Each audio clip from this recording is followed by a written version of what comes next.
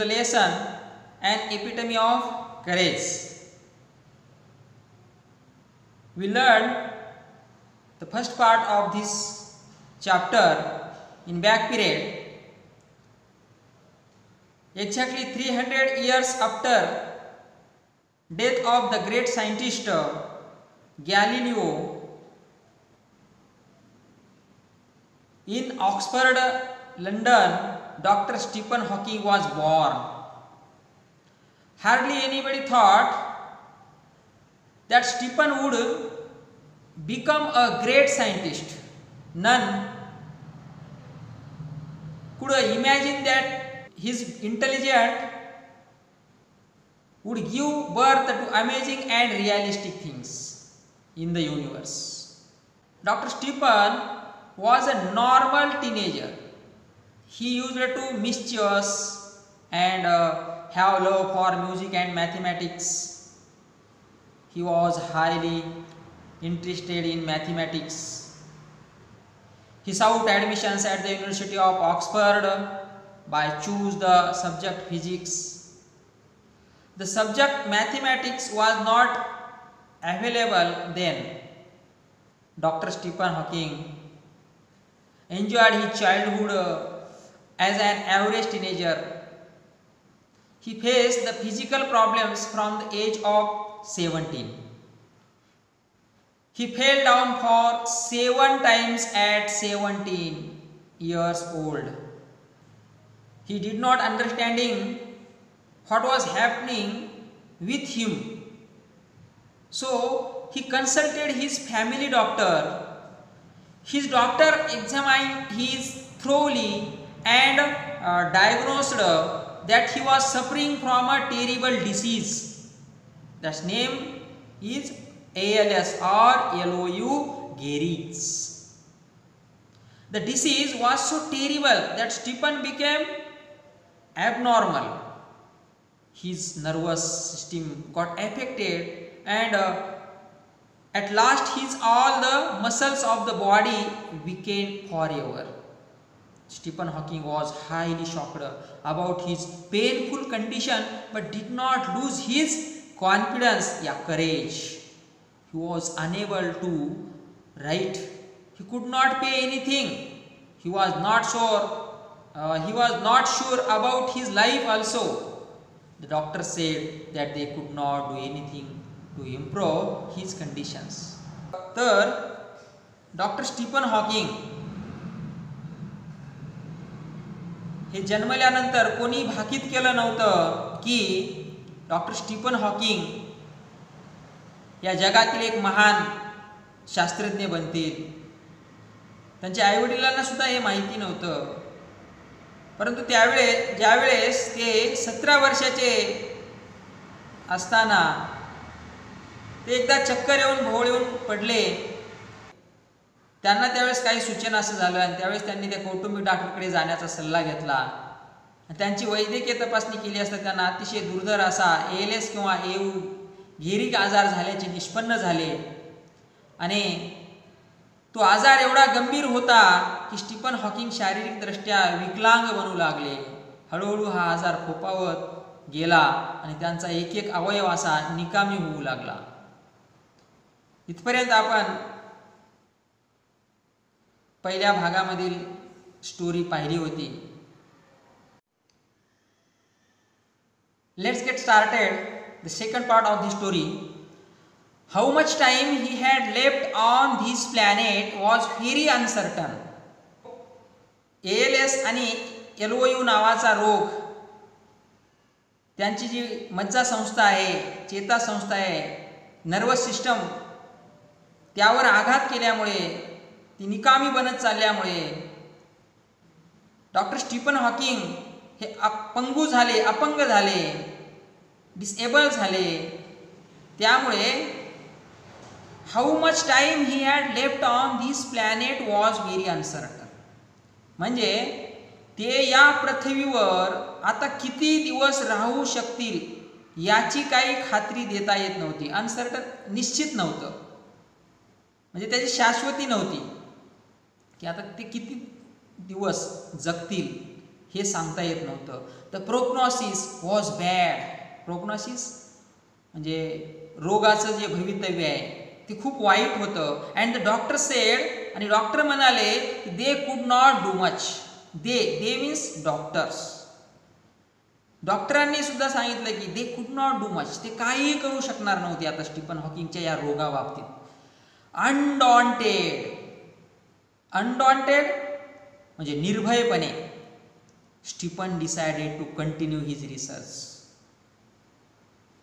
Doctor Stephen यांनी निर्भयपणे अविरतपणे आपलं संशोधन चालू ठेवायचा निर्णय घेतला. And even got engaged to a Jane wild.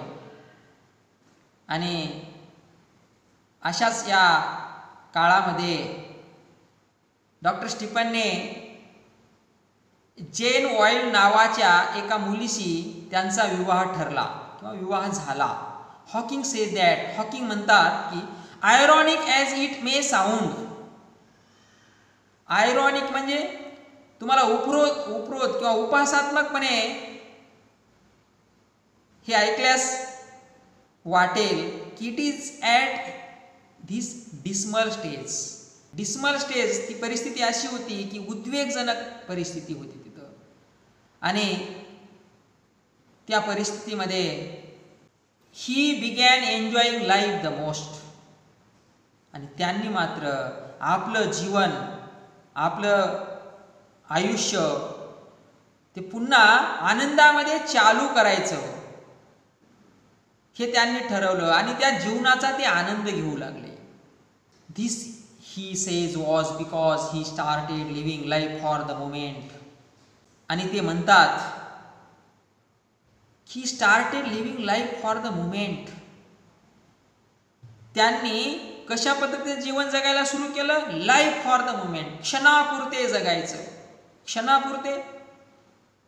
आपलं पुढे आयुष्य किती आहे त्यांना माहिती आहे का? माहिती नाही.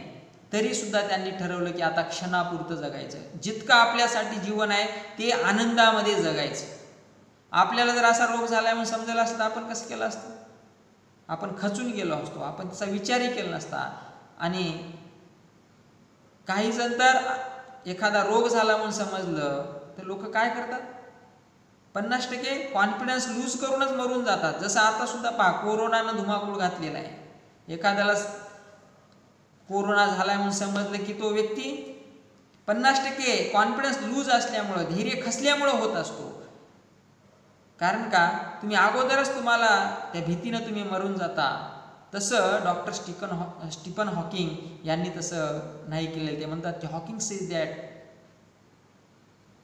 he says because he started living life for the moment and continued his doctoral research work with renewed vigor.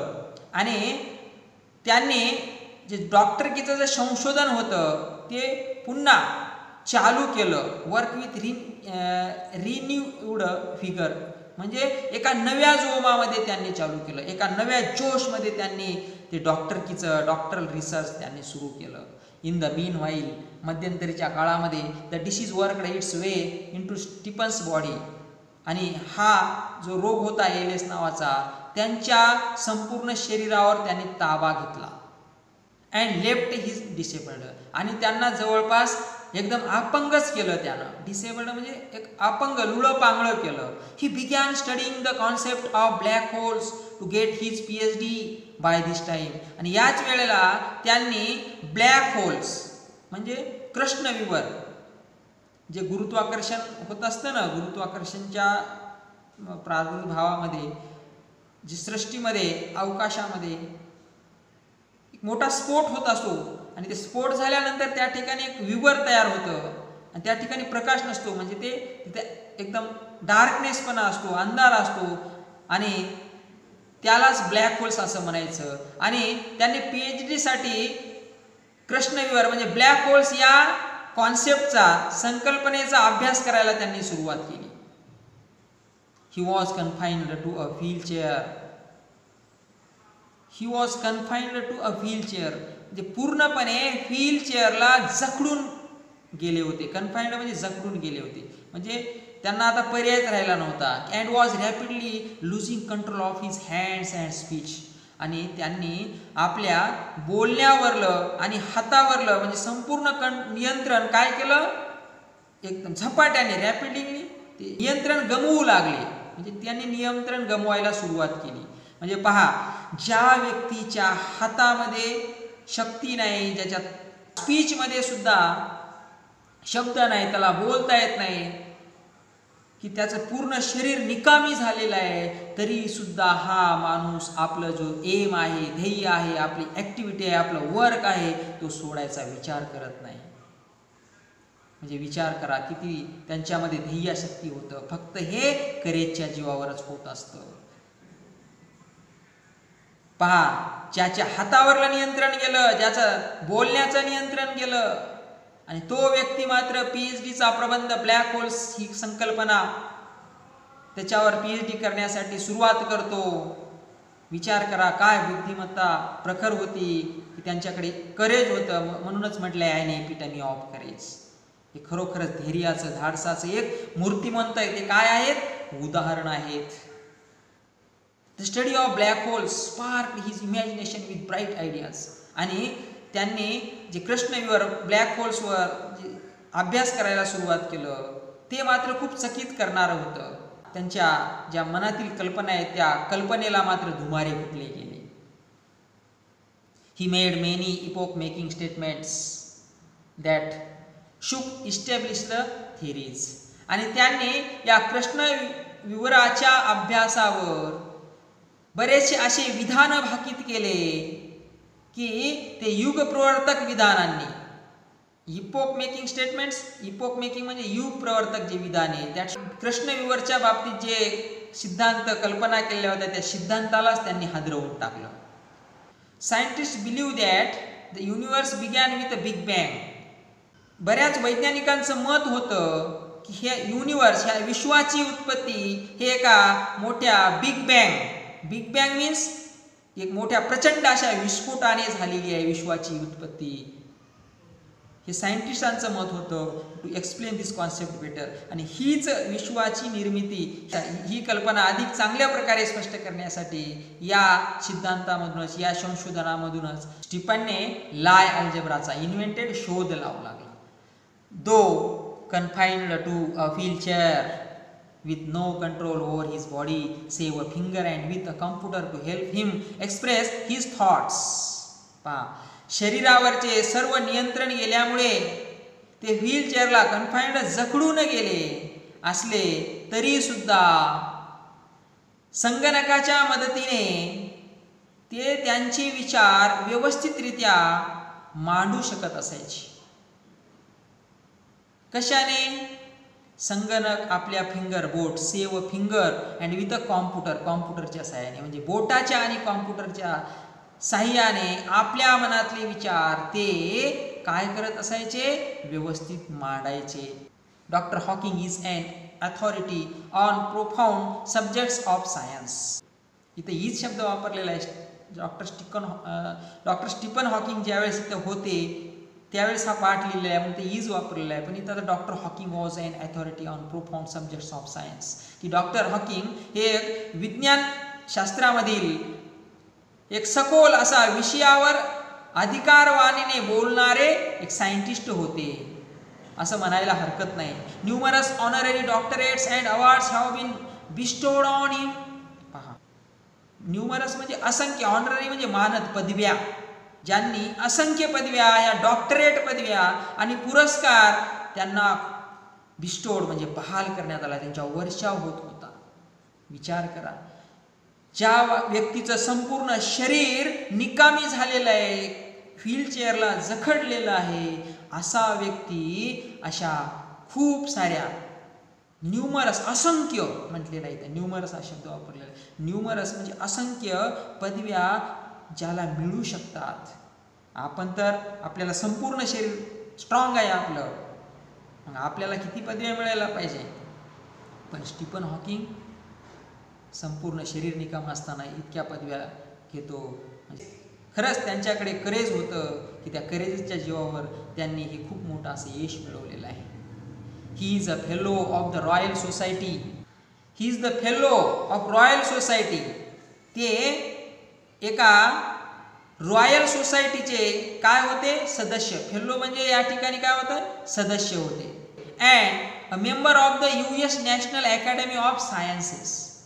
आणि जी US नॅशनल अकॅडमी ऑफ सायन्सचे ते सुद्धा एक सदस्य होते. म्हणजे एक विद्वानांची संघटना होती. त्या विद्वानाच्या संघटनेचे ते सदस्य होते. In spite of being considered Einstein's equal in intelligence, Dr. Hawking is a very humble man.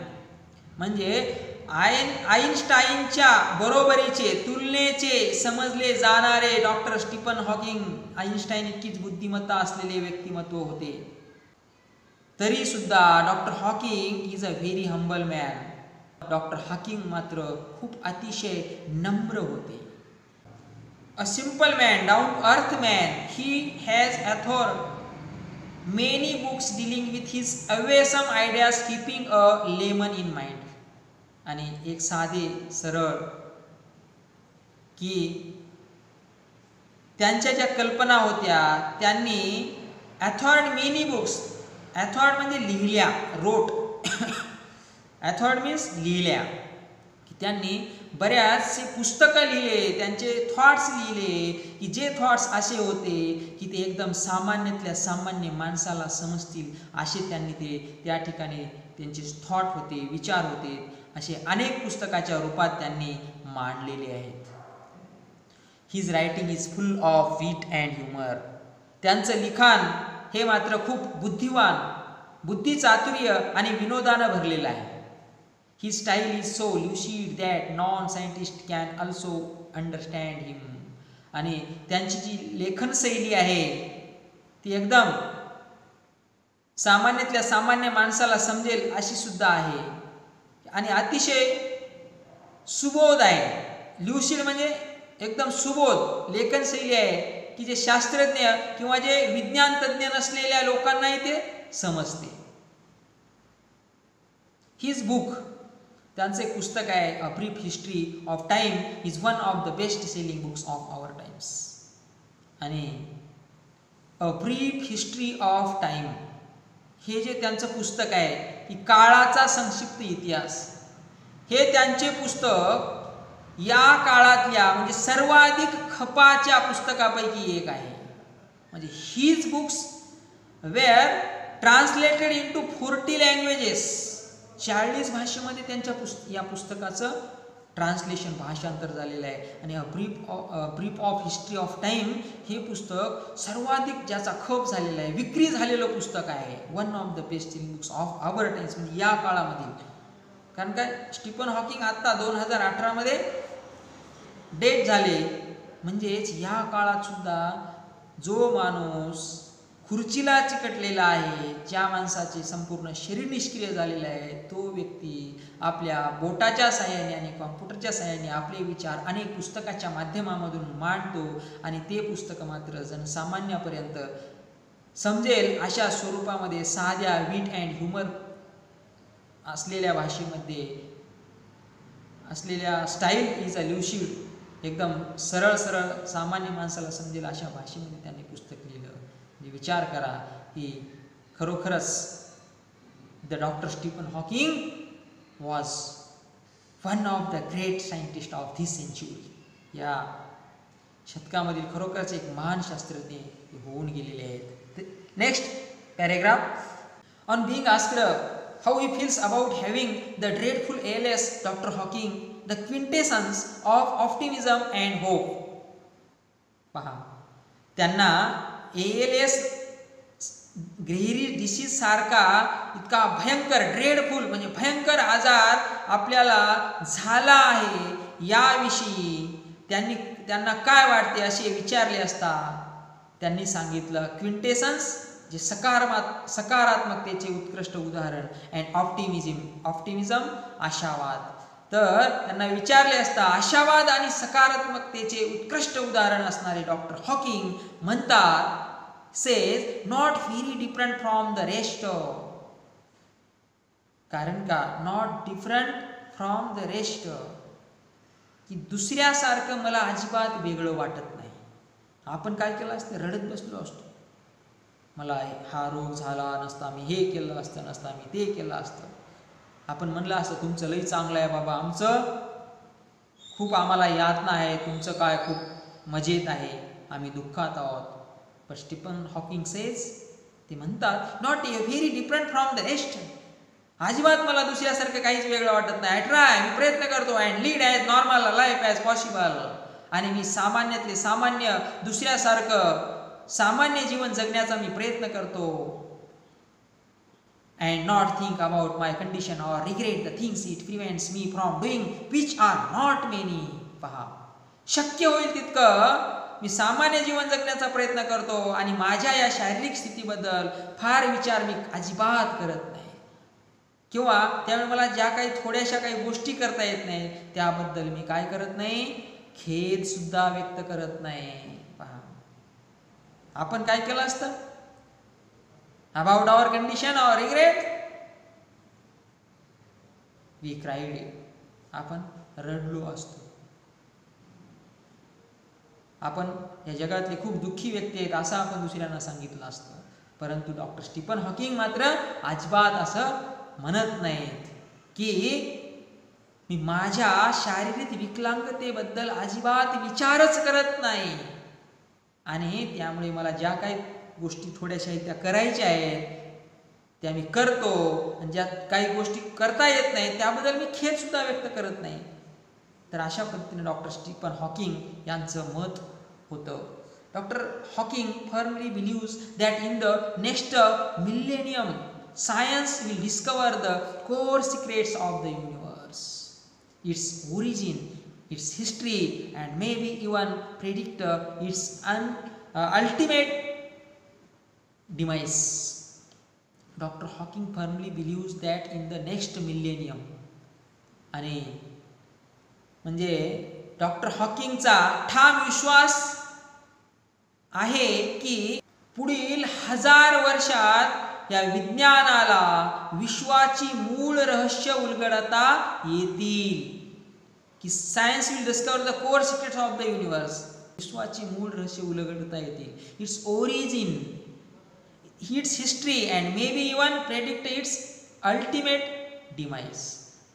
आणि विश्वाचा प्रारंभ, इट्स ओरिजिन, ओरिजिन मीन्स प्रारंभ, इतिहास, आणि कदाचित विश्वाचा अंतिम नाश, डिवाइस म्हणजे नाश, कधी होणार आहे याचं भाकीत करता येईल, असं डॉक्टर हॉकिंगचं त्यावेळेस ठाम मत आहे की विश्वाचा इतिहास, त्याचं गुपित रहस्य हे आपल्याला भविष्यामध्ये, आणि विश्वाचा नाश कधी होणार आहे हे सुद्धा आपल्याला भाकीत करता येईल असं त्यांचं मत होतं. Like Dr. Hawking, there are many people who display exemplary courage in their lives. आणि या जगामध्ये डॉक्टर हॉकिंग प्रमाणे असे अनेक कित्येक लोक आहेत जे आपल्या आयुष्यात खूप आदर्श असे धैर्य जे प्रदर्शक करीत असतात, की let us salute all those brave people who in spite of being disabled try to do their best, की आपल्या अपंगत्वावर मात करीत अलौकिक कार्य करणाऱ्या अशा सर्व शूर व्यक्तींना शतशः प्रणाम. शालू. So the present lesson inspire not only normal but also abnormal people. Nobody in this universe is incapable or inferior. It is the willpower of a person which proves him the best. People who are the disabled should show their courage and reached on the top of success like Dr. Stephen Hawking. खरोखरच हा पाठ सर्व व्यक्तींना एक प्रेरणा देणारा आहे. या ब्रह्मांडामध्ये कोणीही अकार्यक्षम किंवा कनिष्ठ नाही. व्यक्तीची जर इच्छाशक्ती प्रबळ असेल तर सामान्य व्यक्ती सुद्धा असामान्य कर्तृत्व गाजू शकतो अगदी डॉक्टर स्टीफन हॉकिंग सारखं. म्हणजेच हा पाठ आपल्या जीवनामध्ये सुद्धा आपल्याला आपण ज्यावेळेस एखाद्या संकटात सापडतो किंवा आपण ज्यावेळेस निष्क्रिय होतो त्यावेळेस सुद्धा आपलं कार्य थांबवायचं नाही, आपलं हृदयामध्ये मनाचं खच्चीकरण होऊ द्यायचं नाही, तर पुन्हा तेवढ्याच जोशाने आपल्याला आपलं ध्येय मिळवण्यासाठी, आपलं कर्तृत्व गाजवण्यासाठी प्रयत्न करायचे. एवढीच प्रेरणा आपल्याला या पाठाच्या निमित्ताने घेता येईल. This chapter is a very important to our life. This is a chapter is a very inspirational chapter. तर खरोखरच हा एक प्रेरणादायक धडा आहे. तर अशा पद्धतीनं आज आपण ॲन एपिटमी ऑफ करेज हा पाठ आपण अभ्यासलेला आहे. See you again next period. Okay, bye.